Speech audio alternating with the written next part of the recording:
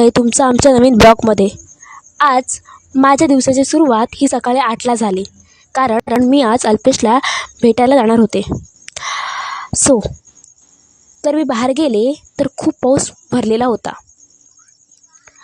आणि इकडे ही झोपलेली लाईफ पाहिजे तर अशी। चलो आता मी निघते। तर मी निघाले। मी कशी दिसते ते कमेंट करून नक्की सांगा। मी आता स्टॉपवर पोहोचले। एस टीची वाट बघता बघता 20 मिनिट झाली, तर एस टीचा पत्ता नाही। चला, शेवटी एस टी भेटली, पण ती पण पूर्ण भरलेली। काय करणार, इथे पण नशीब फुटकं। जाऊ द्या, धक्के बुक्के खात खात शेवटी पोहोचले। तर हा आधीच येऊन थांबलेला, बरं झालं। मग आम्ही निघालो बीचवर।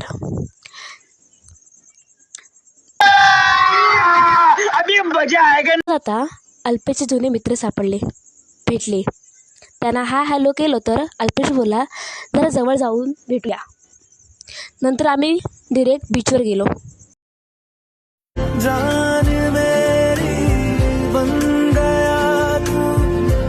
फोटो काढले, स्विमिंग पूलला गेलो।